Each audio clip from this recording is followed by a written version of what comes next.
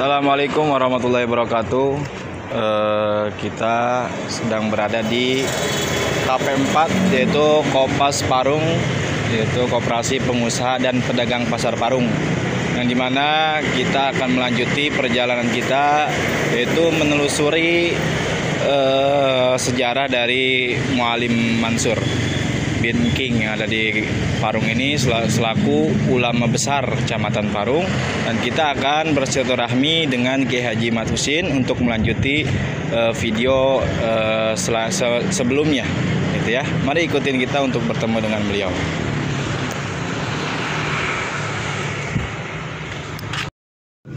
Assalamualaikum warahmatullahi wabarakatuh. Kita kembali lagi di channel YouTube kami, itu Muhibbin Ulama. Alhamdulillah, pada kesempatan siang hari ini kita diizinkan untuk bertemu dengan Kiai Haji Mat Husin LC, yang sudah tidak asing lagi kita dengar nama-nama beliau di Jabodetabek lah, gitu, sudah mengenal beliau. Dan kami juga dapat informasi bahwa sedikitnya Kiai Mat Husin ini mengenal sosok beliau, sosok Muallim Mansur bin King, yang sudah beberapa hari ini kita mencari sejarahnya, kita menggali sejarahnya untuk lebih tahu lagi, kita publikasikan supaya anak-anak muda yang di Kecamatan Parung khususnya mengetahui bahwasanya ada ulama besar zaman dulu yang banyak sejarahnya di Kecamatan Parung ini. Langsung saja kita akan bertanya-tanya dengan Kiai Haji Mat Husin tentang sosok beliau. Assalamualaikum Kiai. Assalamualaikum. Ya, ini kita ingin mencari tahu Kiai tentang sejarah Muallim Mansur yang berada di Kecamatan Parung ini, gitu. Jadi banyak yang bertanya siapa beliau sih, gitu. Bagaimana sih sejarah-sejarah beliau, terus apa pengaruh apa di saat beliau masih hidup itu terhadap masyarakat Parung di Kecamatan Parung ini, gitu. Kiai, mohon memberikan sedikit sejarah beliau. Tafadhol Kiai. Alhamdulillah wa syukru ala ni'amillah. Pada kesempatan siang hari ini kita dapat berkumpul dan silaturahmi, mencari mengorik tentang kisah daripada ulama besar Parung, Bapak Kiai Ahmad Mansur bin King, ya. Beliau salah seorang ulama harismatik yang berada di wilayah Parung, dan hampir seluruh murid-muridnya itu tersebar di wilayah Parung dan sekitarnya, ya. Di Bojongsari, Pasar Rebo, Pasir Putih, ya. Dan beliau adalah sosok yang sangat sederhana, ya, sangat sederhana, ya. Sekalipun ya pengetahuan agamanya itu ya sangat luas, ya, luar biasa. Jasa-jasanya untuk wilayah Parung dan sekitarnya sangat besar, ya.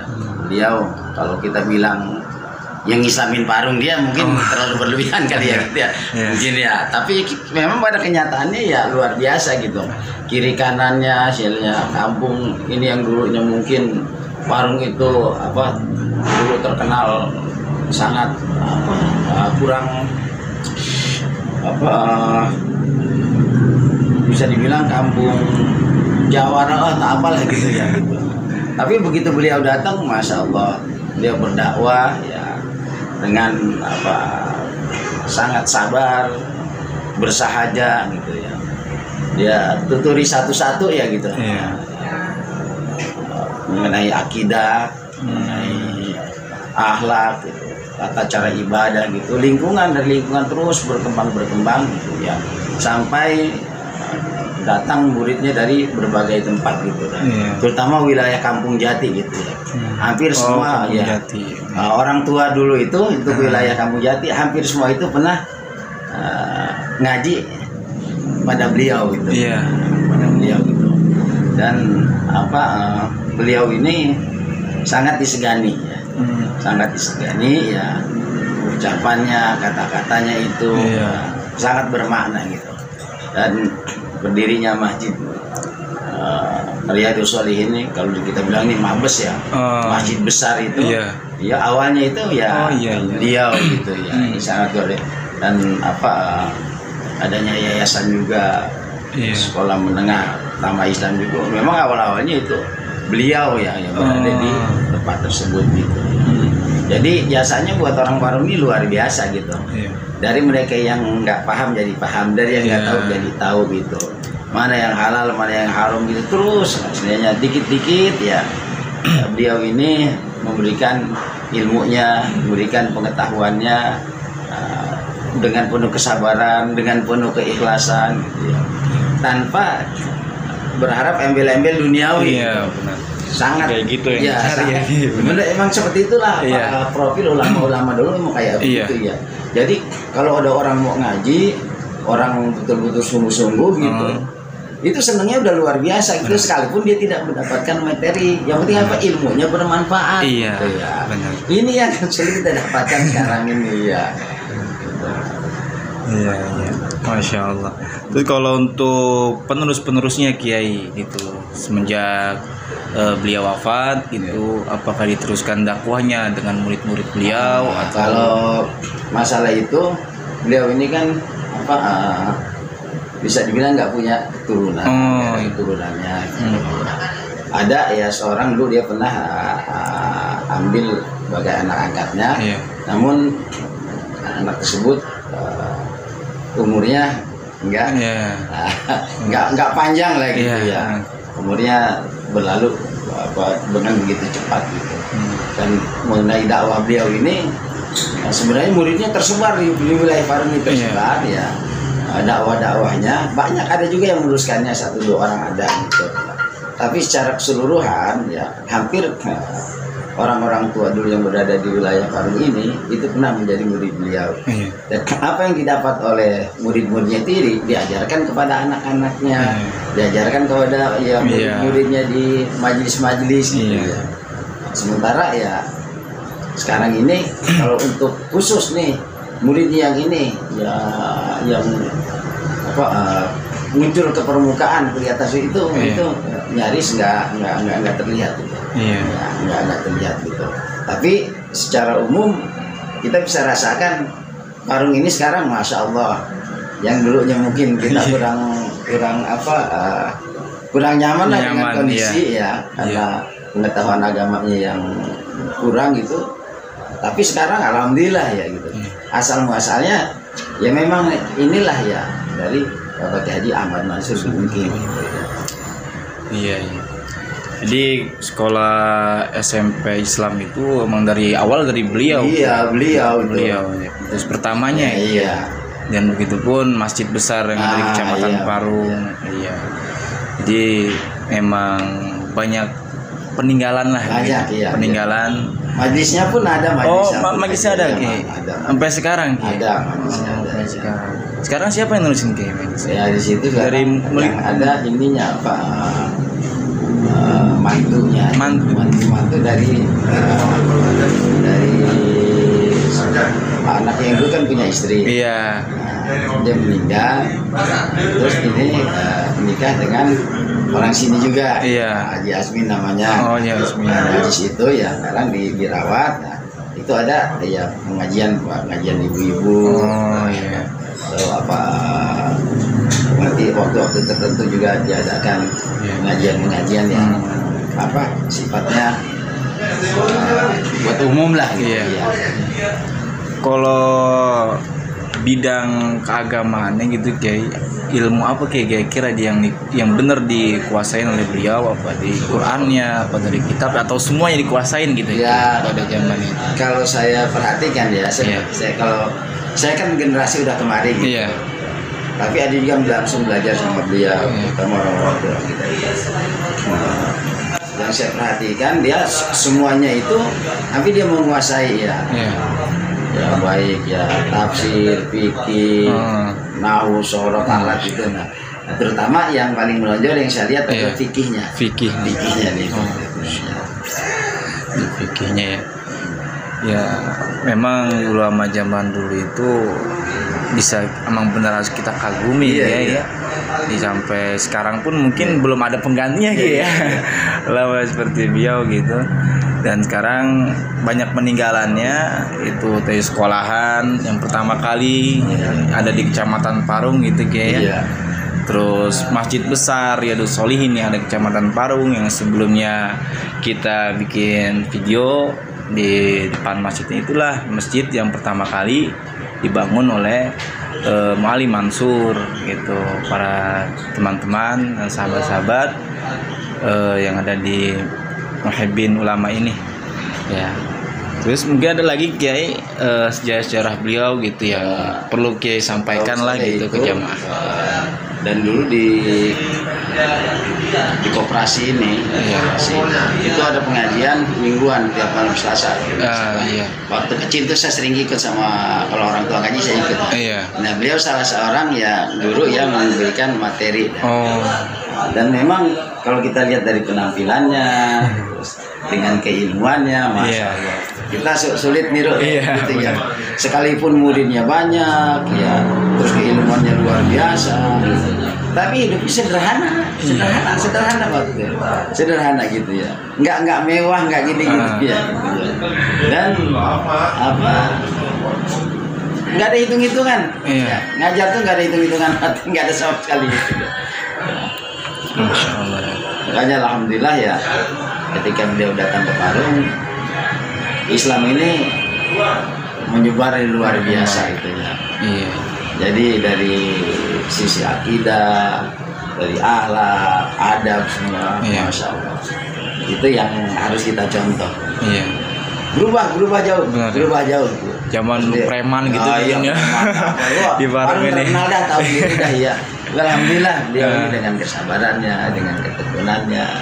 Karena kita lihat Parung seperti apa gitu. Alhamdulillah. Majlis Ta'lim itu beliau itu awal itu.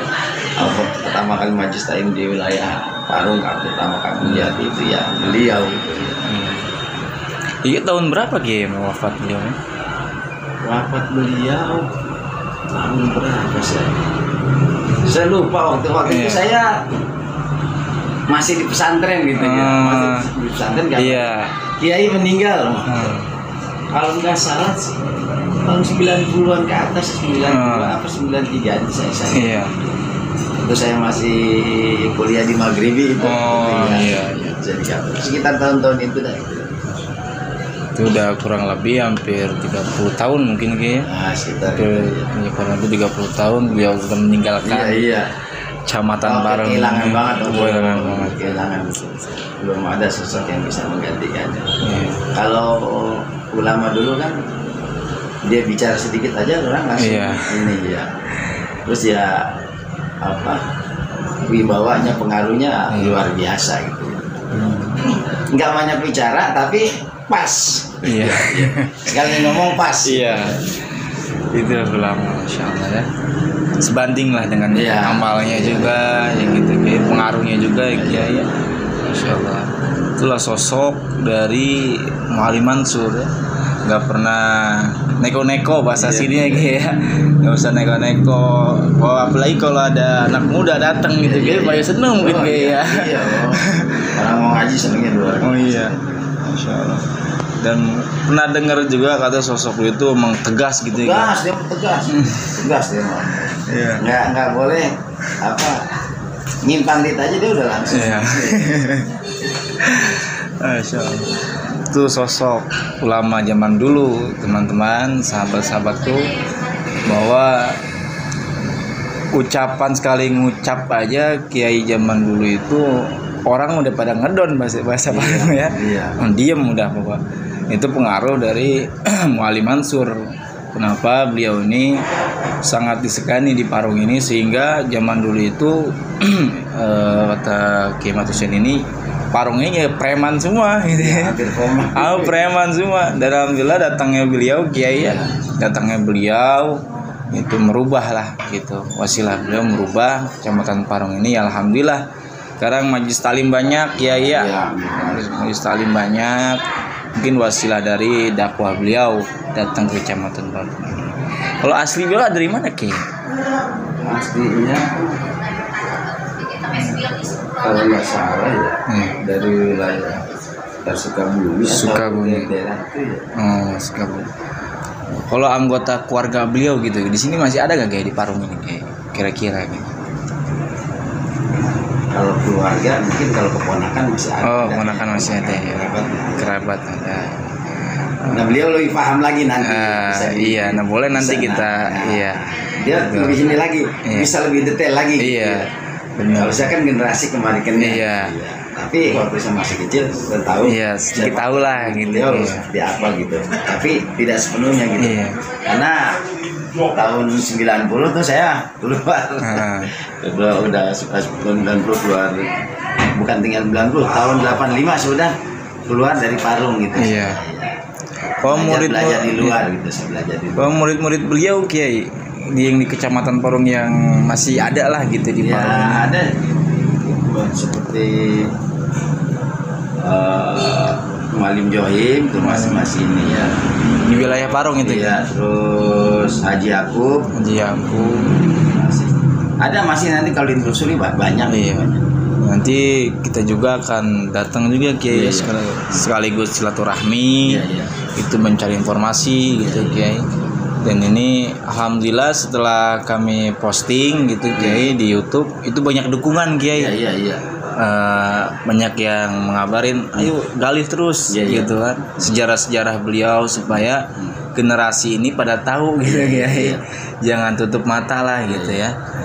Kan kita mengenang orang alim itu insya Allah dapat berkahnya lah gitu Kiai ya. Gitu dapat berkahnya. Dan ini inisiatif dari kami untuk memanfaatkan gitu media. Mudah-mudahan dari hasil dari media ini kita mempublikasikan itu sejarah-sejarah beliau. Dan sebelumnya juga kenapa kami datang ke Kiai ada recommended dari teman-teman. Oke, Matusen sedikitnya tahu gitu, makanya kami mengabarin Kiai gitu. Mungkin ada lagi Kiai yang harus disampaikan gitu tentang sosok beliau gitu. Beliau itu waktu semasa hidupnya itu seringkali ngaji ke Darut Tafsir. Darut Tafsir. Mama Kiai Haji Istighfari bin Oh, Abdurrahman. iya tahu. Waktu itu saya masih pesantren di sana. Daerah Ciampea Kiai ya. Iya benar. Nah, kalau dia datang ke sana, ini Mama Kiai Haji Istighfari ngajar tafsir. Nah, dia belajar ikut ngaji tafsir di Mama Kiai Haji Istighfari. Iya. Tapi begitu beliau datang, Mama Istighfari ngambil tangan dia, cium tangan. Ya, kenapa? Karena beliau ini lebih tua. Iya. Jadi sekalipun di sininya dia belajar ini dianggap pun, tapi tetap dia cium tangan, dia ngelihat dia lebih tua ada. Dan melihat lagi sifat kewaruannya ini kan kalau orang seperti Mama Kiai Istighfari melihat ini lebih paham dari kita ya. Nah, perjuangannya apanya itu dia. Oke, Setiap saya pulang sini ke Parung, pulang pesantren kita datang ke Mama Kiai Haji Ahmad Mansur. Tapi kalau saya pulang itu salam sama Kiai gitu. Pasti itu yang dia inikan gitu. Dan kalau saya mau pulang kemari, jangan sama salam buat Mama Kiai Haji Ahmad Mansur sama mau ke sono salam, gitu. Jadi Masya Allah dulu itu ikatan secara psikologis ya, antara ulama satu yang lain itu batinnya benar-benar nyatu gitu. Iya. Ya, nyatu. Ke Ciampea berarti lari ya Istighfar Darut Tafsir. Selain di situ ada gimana lagi beliau itu menuntut ilmunya gitu. Setahu saya tahunya hanya itu aja. Gitu. Sementara yang lainnya kan kalau yang kayak fikih, terus alatnya banyak itu kan saya nggak tahu dia gimana sih yang gitu. Tapi kalau tafsir ya dia sering ngaji gitu ya. Insya Allah. Jadi udah bahasanya udah tua lah gitu, masih mau doyan ngaji gitu. Nah, ini juga sering datang juga tuh Mama Kiai Haji Sapi Hajami. Oh, yang Pondok Pinang. Iya, di Kebayoran. Nah, sering datang juga ke Darut Tafsir itu. Sering ketemu juga tuh Mama Istighfari sama Kiai Ahmad Mansur sama Mama Kiai Haji Sapi Hajami, sudah ketemu juga. Kalau Muhammad Haji Syafi'i Hajami dia bahasnya fikih biasanya. Fikih. Ya, fikih. Nah, ada Muhammad Haji Syafi'i Hajami itu ngaji tafsir belajar tafsir ke maka Haji Istighfari. Iya. Sama Haji Istighfari dia kaji fikih, dia dengerin, dia ini dia belajar fikih. Jadi kalau orang itu antara guru dengan murid, guru bisa jadi murid bisa jadi guru gitu. Jadi emang beliau ini sejaman dengan Kiai Syafi'i Hajami. Iya. Sejaman ya. Ulama besar Kiai Syafi'i Hajami, masya Allah. Pernah dengar juga ya. Pernah dengar juga Kiai sejarah beliau. Nanti mungkin lain kesempatan. Habib Anis juga dulu. Habib Anis ya suka sering ke. Gak ada lagi Kiai? Udah cukup ya. Cukup ya. Alhamdulillah teman-teman. Tadi sedikit yang telah disampaikan oleh Kiai Ahmad Hussein tentang sejarah beliau yang berada di Kecamatan Parung ini. Dia pengaruh besar sampai tadi peninggalan beliau yang berada di Kecamatan Parung ini termasuk sekolahan, masjid, terus murid-murid beliau, majelis taklim, dan sampai sekarang pun masih berdiri kokoh gitu. Nanti kita akan mencari informasi lagi terus sampai lebih dalam, oke ya. Nanti kita akan mencari informasi lagi tentang sosok beliau supaya khususnya warga masyarakat Kecamatan Parung ini tahu gitu tentang sejarah beliau, dan umumnya Jabodetabek dan semuanya tahu bahwa di Parung ini ada sosok ulama karismatik yang harus kita tahu sejarah-sejarahnya gitu. Alhamdulillah Kiai kemarin kita sudah ziarah di tempat beliau gitu. Alhamdulillah makam beliau alhamdulillah terawat Kiai ya. Alhamdulillah terawat, bersih gitu. Mungkin ada murid beliau atau siapa yang ngurusin makam tersebut Kiai gitu. Ya kurang lebihnya terima kasih Kiai itu atas waktunya. Mohon maaf ganggu. Sama-sama. Mohon maaf ganggu. Nanti kita ketemu lagi di part selanjutnya. Jangan lupa like, subscribe, and comment. Kiai mohon maaf ngomong jangan lupa like and subscribe. Ya, channel YouTube. Channel YouTube ini ya. Mohon dukungannya. Ya. Terima kasih. Assalamualaikum warahmatullahi wabarakatuh.